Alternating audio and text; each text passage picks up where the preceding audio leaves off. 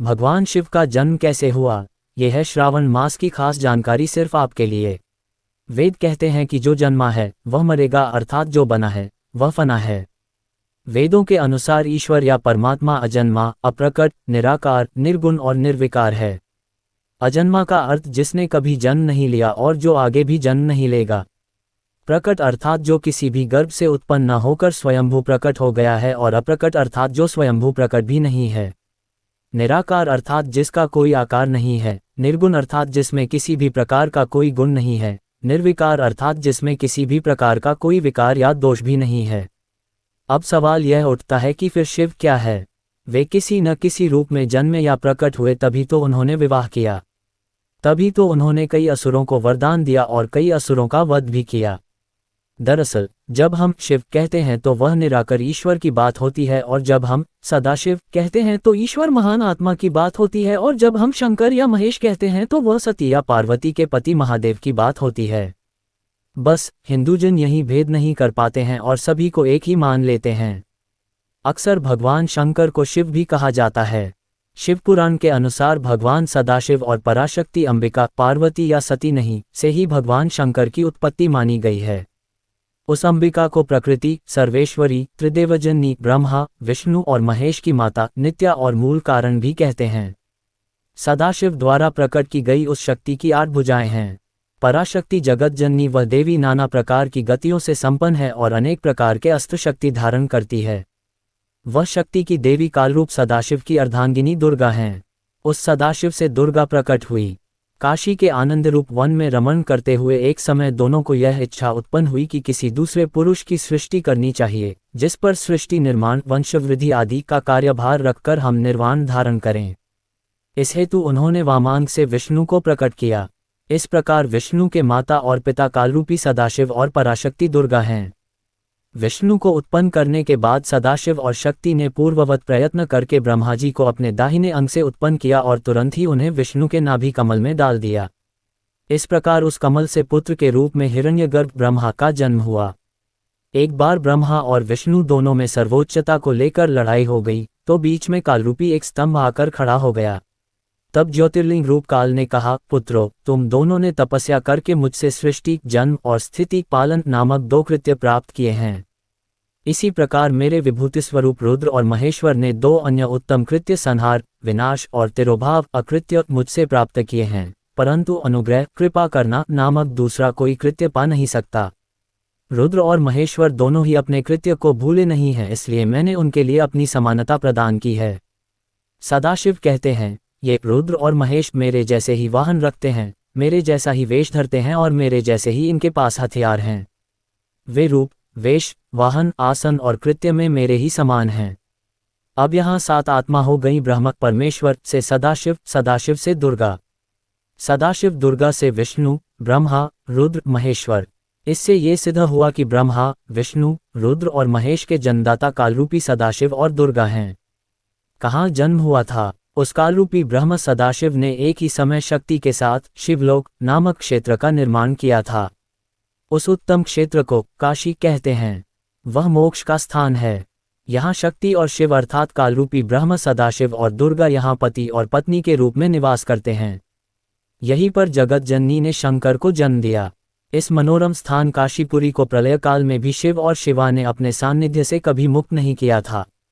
एक अन्य पुराण के अनुसार एक बार ऋषि मुनियों में जिज्ञासा जागी कि आखिर भगवान शंकर के पिता कौन है।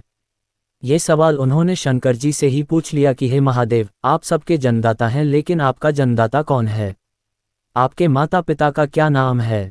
इस प्रश्न का उत्तर देते हुए भगवान शिव ने कहा, हे मुनिवर, मेरे जन्मदाता भगवान ब्रह्मा हैं। मुझे इस सृष्टि का निर्माण करने वाले भगवान ब्रह्मा ने जन्म दिया है। इसके बाद ऋषियों ने एक बार फिर भगवान शंकर से पूछा कि यदि वे आपके पिता हैं तो आपके दादा कौन हुए? तब शिव ने उत्तर देते हुए कहा कि इस सृष्टि का पालन करने वाले भगवान श्रीहरि अर्थात भगवान विष्णु ही मेरे दादाजी हैं। भगवान की इस लीला से अनजान ऋषियों ने फिर से एक और प्रश्न किया कि जब आपके पिता ब्रह्मा हैं, दादा विष्णु, तो आपके परदादा कौन हैं? तब शिव ने मुस्कुराते हुए उत्तर दिया कि स्वयं भगवान शिव। शिव कौन है? ईश्वर, पुरुष या पौराणिक कथा? शिव कौन है? क्या वे भगवान हैं या बस एक पौराणिक कथा? या फिर शिव का कोई गहरा अर्थ है जो केवल उन्हीं के लिए उपलब्ध है जो खोज रहे हैं। भारतीय आध्यात्मिक संस्कृति के सबसे अहम देव महादेव शिव के बारे में कई गाथाएं और दंतकथाएं सुनने को मिलती हैं। क्या वे भगवान हैं या केवल हिंदू संस्कृति की कल्पना है, या फिर शिव का एक गहरा अर्थ है जो केवल उन्हीं के लिए उपलब्ध है जो सत्य की खोज में हैं। शिव का अर्थ। जब हम शिव कहते हैं तो हमारा इशारा दो बुनियादी चीजों की तरफ होता है। शिव का शाब्दिक अर्थ है जो नहीं है। शिव शून्य है। आज के आधुनिक विज्ञान ने साबित किया है कि इस सृष्टि में सब कुछ शून्यता से आता है और वापस शून्य में ही चला जाता है। इस अस्तित्व का आधार और संपूर्ण ब्रह्मांड का मौलिक गुण ही एक विराट शून्यता है। उसमें मौजूद आकाशगंगाएं केवल छोटी मोटी गतिविधियां हैं जो किसी फुहार की तरह हैं। उसके अलावा सब एक खालीपन है जिसे शिव के नाम से जाना जाता है। शिव ही वो गर्भ है जिसमें से सब कुछ जन्म लेता है और वे ही वो गुमनामी हैं जिनमें सब कुछ फिर से समा जाता है। सब कुछ शिव से आता है और फिर से शिव में चला जाता है। शिव अंधकार हैं तो शिव को अस्तित्वहीन बताया जाता है, एक अस्तित्व की तरह नहीं। उन्हें प्रकाश नहीं, अंधेरे की तरह बताया जाता है। मानवता हमेशा प्रकाश के गुण गाती है क्योंकि उनकी आँखें सिर्फ प्रकाश में काम करती हैं। वरना सिर्फ एक चीज जो हमेशा है वो अंधेरा है। प्रकाश का अस्तित्व सीमित है क्योंकि प्रकाश का कोई भी स्रोत, चाहे वो एक बल्ब हो या फिर सूर्य, आखिरकार प्रकाश बिखेरना करना बंद कर देगा। प्रकाश शाश्वत नहीं है, ये हमेशा एक सीमित संभावना है क्योंकि इसकी शुरुआत होती है और अंत भी। अंधकार प्रकाश से काफी बड़ी संभावना है। अंधकार में किसी चीज के जलने की जरूरत नहीं, अंधकार हमेशा बना रहता है। अंधकार शाश्वत है। अंधकार सब जगह है, वो एक अकेली ऐसी चीज है जो हर जगह व्याप्त है। पर अगर मैं कहूँ दिव्य अंधकार, लोग सोचते हैं कि मैं शैतान का उपासक हूँ। सच में पश्चिम में कुछ जगहों पर यह फैलाया जा रहा है कि शिव राक्षस हैं।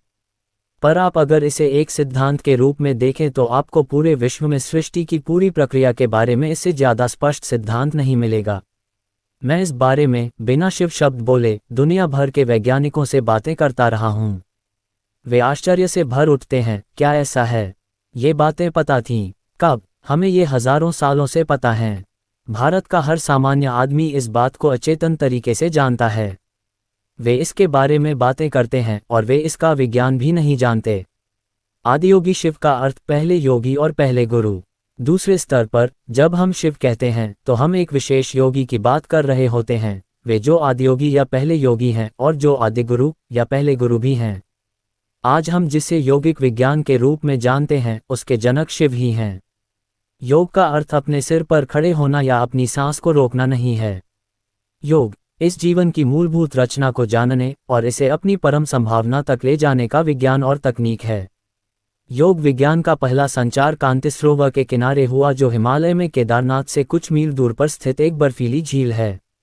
यहाँ आदियोगी ने इस आंतरिक तकनीक का व्यवस्थित विवरण अपने पहले 7 शिष्यों को देना शुरू किया। ये 7 ऋषि आज सप्तर्षि के नाम से जाने जाते हैं। ये सभी धर्मों के आने से पहले हुआ था। लोगों के द्वारा मानवता को बुरी तरह विभाजित करने वाले तरीके तैयार किए जाने से पहले मानव चेतना को ऊपर उठाने के सबसे शक्तिशाली साधनों को सिद्ध किया और फैलाया जा चुका था। आज मानवता इस तरह से विभाजित है कि उसे फिर से एक करना लगभग असंभव लग रहा है। शिव एक ही शब्द के 2 अर्थ, तो शिव शब्द वो जो नहीं है और आदियोगी दोनों की ही ओर संकेत करता है क्योंकि बहुत से तरीकों से ये दोनों पर्यायवाची हैं। ये जीव जो एक योगी हैं और वो शून्यता जो सृष्टि का मूल है, दोनों एक ही है। क्योंकि किसी को योगी कहने का मतलब है कि उसने ये अनुभव कर लिया है कि सृष्टि वो खुद ही है। अगर आपको इस सृष्टि को अपने भीतर एक क्षण के लिए भी बसाना है तो आपको वो शून्यता बनना होगा। सिर्फ शून्यता ही सब कुछ अपने भीतर समा सकती है। जो शून्य नहीं वो सब कुछ अपने भीतर नहीं समा सकता। एक बर्तन में समुद्र नहीं समा सकता। ये ग्रह समुद्र को समा सकता है पर सौर्य मंडल को नहीं समा सकता। सौर्य मंडल ग्रहों और सूर्य को समा सकता है पर बाकी की आकाश गंगा को नहीं समा सकता। अगर आप इस तरह कदम दर कदम आगे बढ़ें तो आखिरकार आप देखेंगे कि सिर्फ शून्यता ही हर चीज को अपने भीतर समा सकती है। योग शब्द का अर्थ है मिलन। योगी वो है जिसने इस मिलन का अनुभव कर लिया है। इसका मतलब है कम से कम एक क्षण के लिए वो पूर्ण शून्यता बन चुका है। शिव शब्द के दो अर्थ योगी शिव और शून्यता एक तरह के पर्यायवाची हैं, पर फिर भी वे दो अलग अलग पहलू हैं। क्योंकि भारतीय संस्कृति द्वंद्व से भरी है, इसलिए हम एक पहलू से दूसरे पहलू पर आते जाते रहते हैं। एक पल हम परम तत्व शिव की बात करते हैं तो अगले ही पल हम उन योगी शिव की बात करने लगते हैं जिन्होंने हमें योग का उपहार दिया है। शिव के बारे में लोगों की कल्पना। यह अफसोस की बात है कि शिव का परिचय ज्यादातर लोगों को भारत में प्रचलित कैलेंडरों के जरिए ही हुआ है, जिसमें उन्हें भरे भरे गाल वाले नीलवर्णी व्यक्ति के रूप में दिखाया गया है। उसकी वजह सिर्फ इतनी है कि कैलेंडर कलाकारों को इस चेहरे से अलग कुछ सूझा ही नहीं। अगर आप कृष्ण बनाने को कहेंगे तो कलाकार उसके हाथ में एक बांसुरी थमा देंगे। राम बनाने को कहेंगे तो उसके हाथ में धनुष दे देंगे। और अगर आप शिव बनाने को कहेंगे तो सिर पर चांद बना देंगे, बस काम हो गया। जब भी ऐसे कैलेंडर को देखता हूं, मैं ये सोचता हूं कि मैं कभी भी एक चित्रकार के सामने नहीं बैठूंगा। फोटो में कोई परेशानी नहीं, क्योंकि उसमें आप जैसे हैं वैसी ही तस्वीर आ जाती है। अगर आप शैतान की तरह दिखते हैं तो आपका फोटो भी वैसा ही आएगा। पर शिव जैसे एक योगी के गाल इतने भरे कैसे हो सकते हैं? अगर आप उन्हें बहुत दुबला पतला दिखाते तो ठीक होता, पर एक भरे हुए गालों वाले शिव ये कैसे हो सकता है? योगिक परंपरा में शिव को भगवान की तरह नहीं देखा जाता। वे एक ऐसे जीव थे जिनके चरण इस धरती पर पड़े और जो हिमालय क्षेत्र में रहे। योगिक परंपराओं के स्रोत के रूप में मानव चेतना के विकास में उनका योगदान इतना जबरदस्त है कि उन्हें अनदेखा नहीं किया जा सकता। हजारों साल पहले हर उस तरीके की खोज की जा चुकी थी जिससे मानव तंत्र को परम संभावना में रूपांतरित किया जा सकता है। इसकी जटिलता अविश्वसनीय है। ये प्रश्न करना कि उस समय क्या लोग इतने जटिल काम कर सकते थे, कोई मायने नहीं रखता, क्योंकि योग किसी विचार प्रक्रिया या सभ्यता की उपज नहीं है। योग भीतरी बोध से आया है। उनके आसपास क्या हो रहा था इससे कोई फर्क नहीं पड़ता। योग उनके भीतर से बाहर आने वाला प्रवाह था। उन्होंने बहुत ही विस्तार से हमें बताया कि मानव तंत्र के हर मुद्दे का मतलब क्या है और उसमें छुपी संभावना क्या है। जो भी कहा जा सकता था वो उन्होंने इतने सुंदर और कुशल तरीकों से कहा कि आप आज भी उनके द्वारा कही गई एक भी चीज नहीं बदल सकते। आप पूरा जीवन उसका अर्थ निकालने में बिता सकते हैं। शिवलिंग क्या है? सद्गुरु बताते हैं कि लिंग का अर्थ है रूप। हम इसे रूप कह रहे हैं क्योंकि जब निराकार अस्तित्व प्रकट होना शुरू हुआ था, या दूसरे शब्दों में जब सृजन होना शुरू हुआ था, तब जो पहला रूप लिया गया था वह एक दीर्घवृत्त या एलिप्स का था। Read more. शिव पुराण। शिव पुराण एक प्राचीन ग्रंथ है जिसमें मौलिक विज्ञान के कई पहलू शामिल हैं और यह सीमाओं को पार करने का एक शक्तिशाली साधन है। कहानियों और दृष्टांतों के रूप में प्रस्तुत वैज्ञानिक सत्यों को व्यक्त करने का ये तरीका हमेशा से यौगिक संस्कृति की पहचान रहा है। नीलकंठ महादेव गुरु शिव के प्रतीक को नीले गले से दर्शाने के महत्व के बारे में बताते हैं कि कैसे हमारे ऊर्जा शरीर का एक निश्चित आयाम, जिसे विशुद्धि चक्र कहते हैं, वह हमारे गले के गड्ढे में स्थित है और हानिकारक प्रभावों को छानकर हमसे दूर करता है। नटराज शिव की प्रतिमा। शिव के अनेक रूपों में से एक है नटराज का, यानी कलाओं के राजा। तो क्या सभी भारतीय शास्त्रीय कलाओं के जन्मदाता वही हैं? जानते हैं कि कैसे भगवान शिव द्वारा खोजे गए योगासन नृत्य मुद्राओं से गहराई से जुड़े हैं। शिव की तीसरी आंख। सद्गुरु उन सभी प्रमुख प्रतीकों की व्याख्या कर रहे हैं जो पारंपरिक रूप से आदियोगी शिव का वर्णन करते हैं। त्रिशूल जिसके बारे में हम सभी जानते हैं, उनके बालों में मौजूद अर्धचंद्र, वह सांप जो वे अपने नीले गले में पहनते हैं, और उनके माथे पर बनी तीसरी आंख कैलाश। सद्गुरु समझा रहे हैं कि कैलाश को शिव का निवास क्यों कहा जाता है। ऐसा इसलिए नहीं है कि वह कैलाश के शिखर पर बैठे हैं, बल्कि इसलिए है क्योंकि उन्होंने अपना सारा ज्ञान इस पर्वत में सुरक्षित रख दिया था। पार्वती। शिव विवाह कथा को भारत की आध्यात्मिक कथाओं में बहुत महत्वपूर्ण माना जाता है। शिव विवाह में पार्वती के पिता शिव का वंश जानना चाहते थे। फिर शिव ने क्या जवाब दिया? कथा में बताया गया है कि शिव मौन बैठे रहे। पार्वती के पिता ने सोचा कि ये अपने कुल वंश के बारे में भी नहीं जानते। ओम नमः शिवाय। ओम नमः शिवाय मंत्र आपके सिस्टम को शुद्ध करता है और ध्यानमय बनाने में मदद करता है।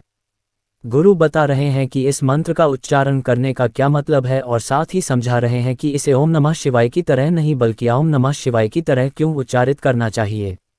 शिव विनाशक। लोग आमतौर पर रक्षा और खुशहाली के लिए ईश्वर के पास जाते हैं, लेकिन यौगिक संस्कृति में शिव को विनाशकर्ता के रूप में पूजा जाता है। आइए इस अजीब नजरिए के पीछे की समझदारी का पता लगाते हैं। पूर्ण तपस्वी और गृहस्थ शिव। आदियोगी शिव एक घोर तपस्वी थे, पर वे एक गृहस्थ बन गए। वे गृहस्थ इसलिए बने क्योंकि वे अपने ज्ञान को दुनिया के साथ साझा करना चाहते थे और यौगिक ज्ञान को दुनिया के साथ बांटना चाहते थे। शिव, गणेश और पार्वती। सद्गुरु कहानी सुना रहे हैं कि किस तरह शिव ने गणेश का सिर काट दिया और बता रहे हैं कि लोकप्रिय धारणा के विपरीत उनके सिर के बदले हाथी का नहीं, बल्कि शिव के विचित्र साथियों, जिन्हें गण के नाम से जाना जाता था, उनके सरदार का सिर लगाया गया था। महादेव। जानिए कि आदियोगी शिव को महादेव या सभी देवताओं में सबसे महान के रूप में क्यों जाना जाता है। शिव और गंगा। सद्गुरु शिव की जटाओं से गंगा के निकलने की कथा बता रहे हैं और समझा रहे हैं कि यह कहानी प्रतीक के माध्यम से क्या कहने की कोशिश कर रही है। नीलकंठ की कथा। आदियोगी शिव के कई नामों में से एक नीलकंठ है, या जिसका कंठ नीले रंग का हो। सद्गुरु शिव के नीले कंठ के प्रतीक को समझा रहे हैं। भगवान विष्णु और शिव। यहाँ शिव और विष्णु के बारे में पौराणिक कथाओं से 3 दिलचस्प कहानियां पेश हैं। जब शिव का घर विष्णु ने ले लिया, जब विष्णु ने शिव को मुश्किल से बचाया और अंत में विष्णु की शिव भक्ति की एक दिल को छू लेने वाली कहानी। काली। सद्गुरु शिव की छाती पर खड़ी काली के चित्र का महत्व समझा रहे हैं। वह हमें ये कहानी सुना रहे हैं कि कैसे एक बार काली ने शिव को मार दिया था और इसके पीछे का प्रतीक क्या है। महाशिवरात्रि। शिव की महान रात्रि, महाशिवरात्रि का त्योहार भारत के आध्यात्मिक उत्सवों की सूची में सबसे महत्वपूर्ण है। गुरु बता रहे हैं कि यह रात इतनी महत्वपूर्ण क्यों है और हम इसका लाभ कैसे उठा सकते हैं। महाशिवरात्रि का उत्सव क्यों मनाया जाता है और महाशिवरात्रि का महत्व। शिव की महान रात्रि, महाशिवरात्रि का त्योहार भारत के आध्यात्मिक उत्सवों की सूची में सबसे महत्वपूर्ण है। गुरु बता रहे हैं कि यह रात इतनी महत्वपूर्ण क्यों है और हम इसका लाभ कैसे उठा सकते हैं। गुरु। किसी समय भारतीय संस्कृति में एक वर्ष में 365 त्योहार हुआ करते थे। दूसरे शब्दों में कहें तो वे साल के प्रतिदिन कोई न कोई उत्सव मनाने का बहाना खोजते थे। ये 365 त्योहार विविध कारणों तथा जीवन के विविध उद्देश्यों से जुड़े थे। इन्हें विविध ऐतिहासिक घटनाओं, विजयश्री तथा जीवन की कुछ अवस्थाओं जैसे फसल की बुआई, रोपाई और कटाई आदि से जोड़ा गया था। हर अवस्था और हर परिस्थिति के लिए हमारे पास एक त्योहार था। महाशिवरात्रि क्यों मनाई जाती है। हर चंद्र मास का 14वां दिन अथवा अमावस्या से पूर्व का एक दिन शिवरात्रि के नाम से जाना जाता है। एक कैलेंडर वर्ष में आने वाली सभी शिवरात्रियों में से महाशिवरात्रि को सर्वाधिक महत्वपूर्ण माना जाता है, जो फरवरी-मार्च माह में आती है। इस रात ग्रह का उत्तरी गोलार्ध इस प्रकार अवस्थित होता है कि मनुष्य भीतर ऊर्जा का प्राकृतिक रूप से ऊपर की ओर जाती है। यह एक ऐसा दिन है जब प्रकृति मनुष्य को उसके आध्यात्मिक शिखर तक जाने में मदद करती है। इस समय का उपयोग करने के लिए इस परंपरा में हम एक उत्सव मनाते हैं जो पूरी रात चलता है। पूरी रात मनाए जाने वाले इस उत्सव में इस बात का विशेष ध्यान रखा जाता है कि ऊर्जाओं के प्राकृतिक प्रवाह को उमड़ने का पूरा अवसर मिले। आप अपनी रीढ़ की हड्डी को सीधा रखते हुए निरंतर जागते रहते हैं। महाशिवरात्रि का महत्व। महाशिवरात्रि आध्यात्मिक पथ पर चलने वाले साधकों के लिए बहुत महत्व रखती है। यह उनके लिए भी बहुत महत्वपूर्ण है जो पारिवारिक परिस्थितियों में हैं और संसार की महत्वाकांक्षाओं में मग्न हैं। पारिवारिक परिस्थितियों में मग्न लोग महाशिवरात्रि को शिव के विवाह के उत्सव की तरह मनाते हैं। सांसारिक महत्वाकांक्षाओं में मग्न लोग महाशिवरात्रि को शिव के द्वारा अपने शत्रुओं पर विजय पाने के दिवस के रूप में मनाते हैं। परंतु साधकों के लिए ये वह दिन है जिस दिन वे कैलाश पर्वत के साथ एकात्म हो गए थे। वे एक पर्वत की भांति स्थिर व निश्चल हो गए थे। यौगिक परंपरा में शिव को किसी देवता की तरह नहीं पूजा जाता। उन्हें आदि गुरु माना जाता है, पहले गुरु जिनसे ज्ञान उपजा। ध्यान की अनेक सहस्राब्दियों के पश्चात एक दिन वे पूर्ण रूप से स्थिर हो गए। वही दिन महाशिवरात्रि का था। उनके भीतर की सारी गतिविधियां शांत हुईं और वे पूरी तरह से स्थिर हुए। इसलिए साधक महाशिवरात्रि को स्थिरता की रात्रि के रूप में मनाते हैं। महाशिवरात्रि का आध्यात्मिक महत्व। इसके पीछे की कथाओं को छोड़ दें तो यौगिक परंपराओं में इस दिन का विशेष महत्व इसलिए भी है क्योंकि इसमें आध्यात्मिक साधक के लिए बहुत सी संभावनाएं मौजूद होती हैं।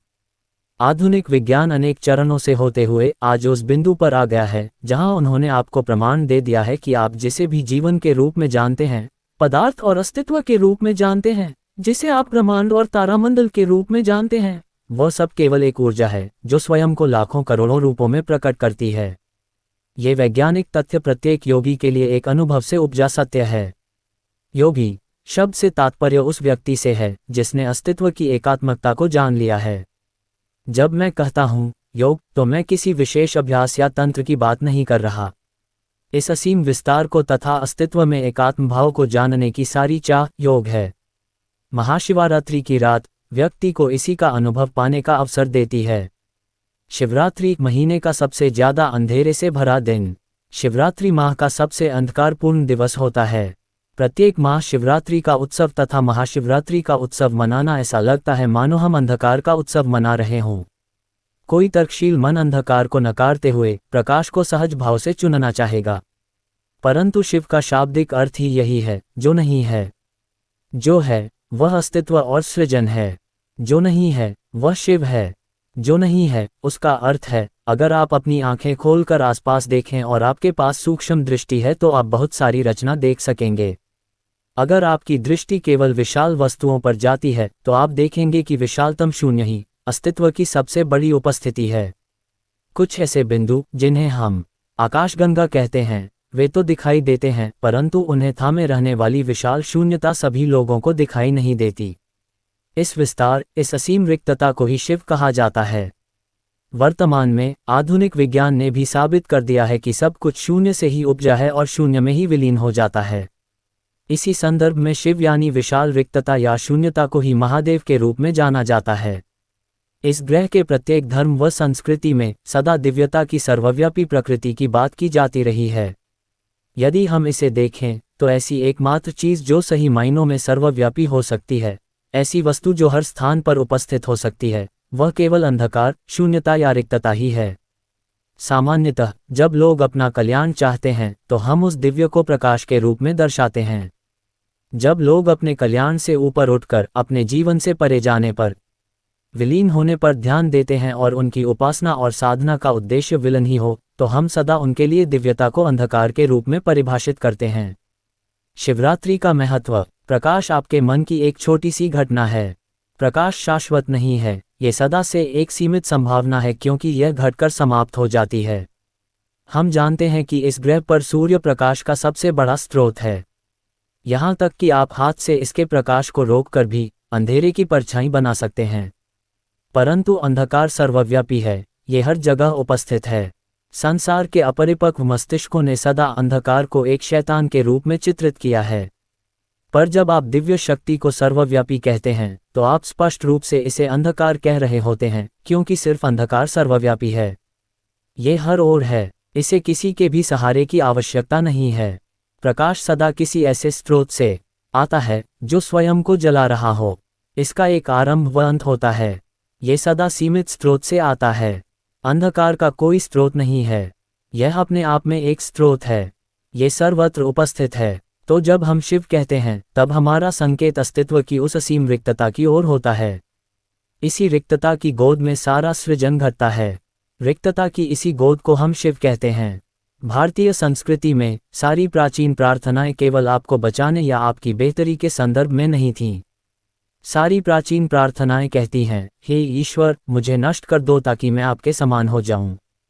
तो जब हम शिवरात्रि कहते हैं जो कि माह का सबसे अंधकारपूर्ण दिन है, तो यह एक ऐसा अवसर होता है कि व्यक्ति अपनी सीमितता को विसर्जित करके सृजन के उस असीम स्रोत का अनुभव करे जो प्रत्येक मनुष्य में बीज रूप में उपस्थित है।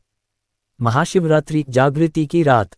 महाशिवरात्रि एक अवसर और संभावना है जब आप स्वयं को हर मनुष्य के भीतर बसी असीम रिक्तता के अनुभव से जोड़ सकते हैं जो कि सारे सृजन का स्रोत है। एक ओर शिव संहारक कहलाते हैं और दूसरी ओर वे सबसे अधिक करुणामयी भी हैं। वे बहुत ही उदार दाता हैं।